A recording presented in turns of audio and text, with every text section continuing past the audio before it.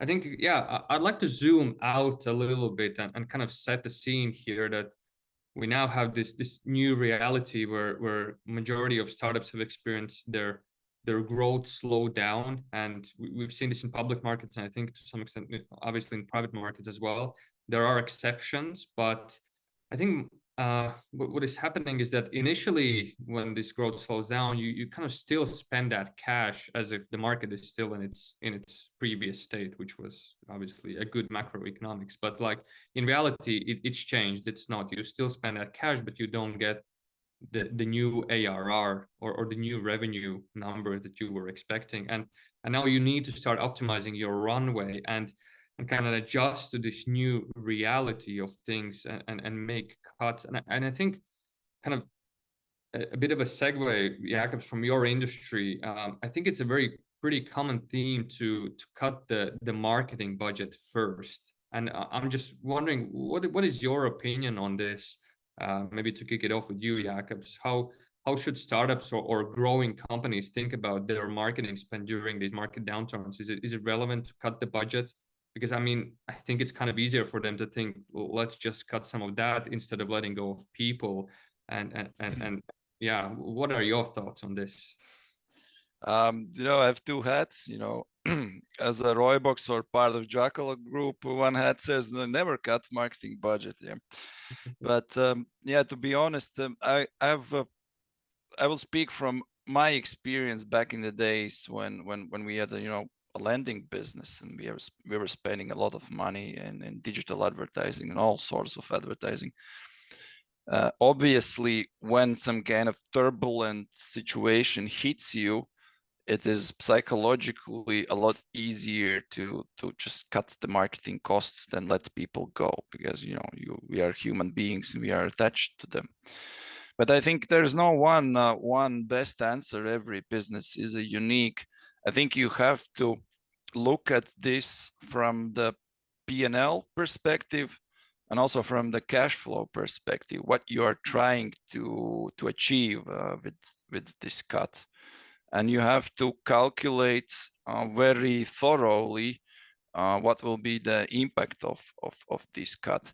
When we were in this lending business, we tried to do very aggressive tests a couple of times per year, meaning that we would shut down the marketing completely, like every channel or channel by channel, just to prepare ourselves for some kind of upcoming crisis and to really tell what is the difference if you stop advertising on TV for 3 months, or when you switch off Facebook ads or something else.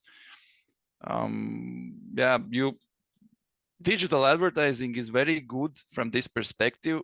You can measure everything. You can measure everything a lot better than any other marketing channel. So if you know your numbers, then you can decide on these cutoff points. So do I need a cash flow optimization or P&L optimization or everything? And then you make the decisions where you cut off, because obviously some parts of your digital marketing strategy are very efficient and very cheap. And then usually a lot of money is being wasted on above the line marketing, which is outdoor ads, TV, and some experiments, sponsoring some events, those sort of things that it's really hard to measure them. So maybe you should start with cutting those. Yeah, and that's I think a very relevant answer. How to think about your cash position as well into that mix. And I think, Sakari, I would like to maybe then ask you, when it comes to SaaS, a bit more about what are some of the maybe pricing strategies companies can think about during this downturn, because obviously software buyers are cutting some of their seats, cutting some of the plans. So any kind of thoughts on how should companies think about their pricing during this kind of turbulent time? And I think they have already, maybe like the past 18 months, right? Because we've been in this situation for such a long time. So the best companies have done probably monthly or bi-monthly pricing reviews. But I think what you can do if we are in this such prolonged situation where we have to now either be profitable or be profitable very, very soon, if we have not been able to raise funds, we have to somehow generate more cash so that we can invest. So we have to go and either target new modules or new monetization to our existing customers. So we have to find ways to price the product or split the product so that we can monetize it from our existing customers. So we have to raise some prices. But if we are looking at launching new products, we still want to get those new customers without having a large customer acquisition cost, and that means we need to run some type of freemium or product-led models if we are cash constrained, or then we have to go local. So this probably implies that you have to, or you want to charge for your pilots. If you lower your price to be more competitive, or the customers don't want to pay, you maybe want to charge for onboarding. So I think pricing tests constantly, and then just figuring ways of charging for the things that you had not charged before, basically because you have less customers, is very, very important. Yeah, Raimonds, anything on your side? Actually, I'm curious to know what has been your experience with pricing, maybe also going back from your experience at Funderful, but how do you think about various pricing strategies, especially when customers maybe become a bit more lenient towards you or are indicating some churn kind of forecasts here. So how are you thinking about this pricing, and maybe what are some strategies that you could suggest to the founders and how to think about pricing? Yeah, hard to tell. It's I think more lies. It's easier for those startup founders that are delivering something that is contributing to the top line rather than something that is first in line to be cut in the budget. So that's also translates into what nowadays is the biggest interest from VCs. So either you make sure that your product evolves into that direction and thus making your price negotiations much easier, or you actually speak from that or package from your marketing assets from that angle, that you focus on how this very practically, very numbers wise drives them top line or cuts them costs, and then that's basically how you anchor your discussions about pricing. And then you don't need to focus on the discounts, you focus on the value add, on the what it brings onto the bottom line. Mm-hmm. And maybe if I can continue, Raimonds, with you as well on the, because you mentioned the cuts as well. Any advice to the startups on how to prioritize, these cuts when they are trying to cut some of the parts of their business, but still maintain that growth, maintain those healthy margins out there, and kind of become more efficient companies? Yeah, it's a very tough balancing act, right? You want to be investing in growth because both you want to be default alive as a founder, as a company, meaning that by the end of the runway you are cash flow positive, but also, and therefore you need to basically deliver the growth to get there most of the cases. But at the same time, you want to demonstrate to your investors, but also give you or yourself optionality that you are you have the capital, you have the runway and flexibility to basically maneuver different unpredictable scenarios in front of us. So that's the balancing act. So but as a founder, it is always a very lonely journey. You don't really have many people to talk to about these things. You can't talk to your rest of your team openly because very often they will be subjects of your decisions. They will be the ones who you will be thinking, okay, maybe for the sake of the company and the longevity of that business and the mission you are on, you will need to sacrifice some people on the way. It's not a family, it's a sports team that it has to be. So my advice would be to be a good degree ruthless, because that's what you owe to your vision, your investors, your team as a whole, and to yourself. So you need to make those tough decisions. And the faster you make it, the more options you leave. Don't delay it later. So Sakari, maybe you could also comment from your experience how to prioritize these cuts, and what should be the intensity. Should be very ruthless and done very kind of very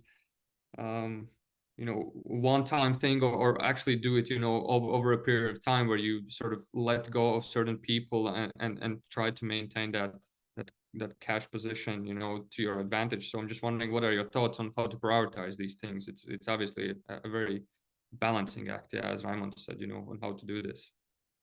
So we obviously sitting on the boards, and we are not like Jēkabs, the person who sees the market and gets all the input. So we rely very much on what the management team then tells us about the future.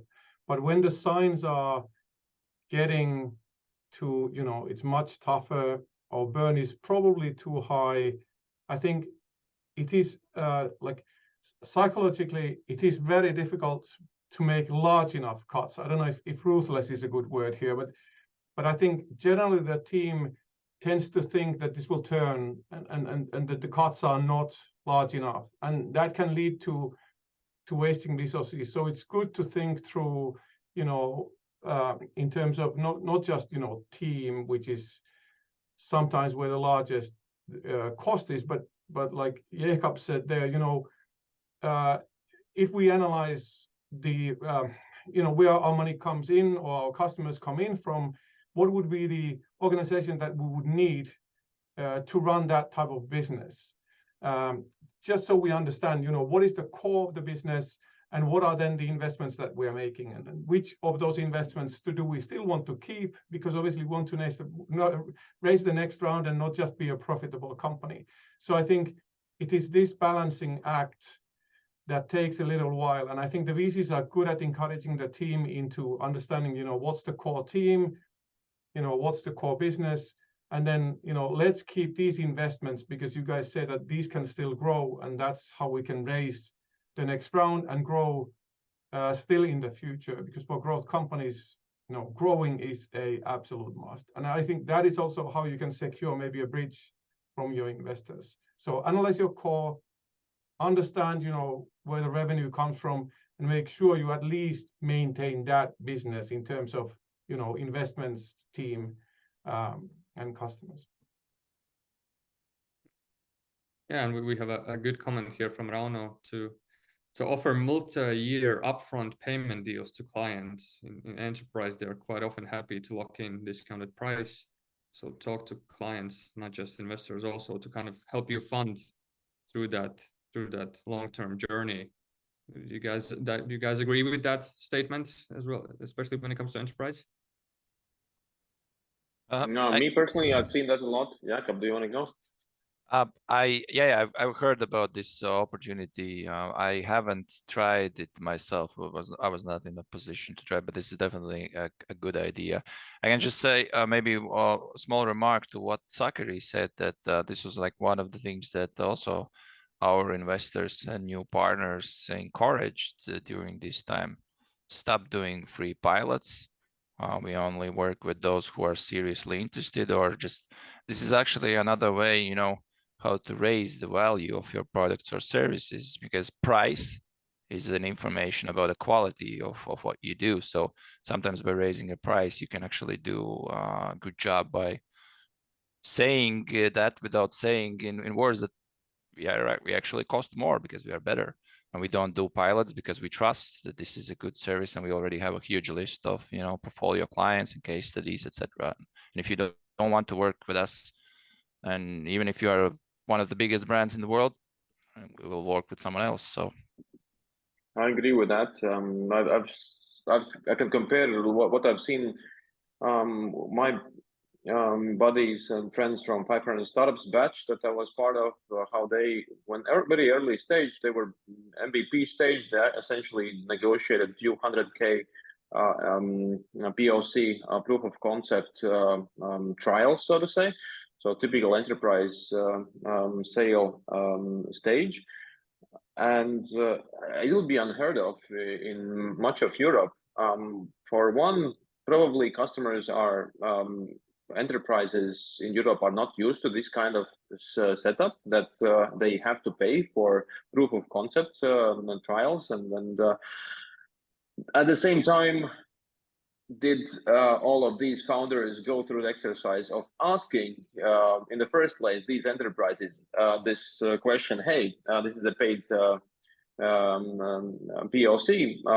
Here's how much it costs. Have you asked that? If not, then well, we need to ask that, and then deal with a no, and still opt for a free. So I think we can squeeze out much more sales through that.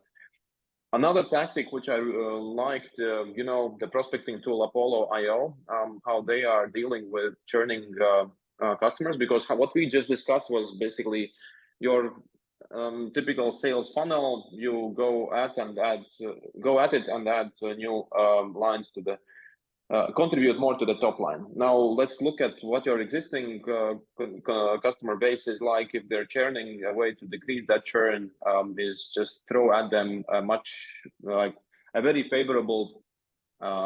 If you're losing them anyway, throw at them a better deal, something that they can't walk away from, and you get at least something as opposed to losing customers, which hurts you both financially as well as your metrics. Yeah, and now we have questions coming in, so maybe let's just quickly try to tackle them. So any advice on selling upfront payment deals? If large ARPA customer has been paying a monthly plan, and they kind of might be worrying, you know, about your financial stability as a startup. So how to secure that multi-year deal? And any advice on that, guys? I think it's one of the toughest questions, because it depends so much on who your customers are. You know, if they are large enterprises and they pay to Microsoft, you know, Microsoft offers payment plans through a finance provider. So you can pay whatever. Microsoft gets the full year, but you know, you pay through a financing provider monthly, quarterly, whatever. So it's very difficult to say how you should approach these businesses. I don't think it's categorically good to offer discounts. I think Microsoft's way is obviously the best, where you pay a premium if you want to pay slow.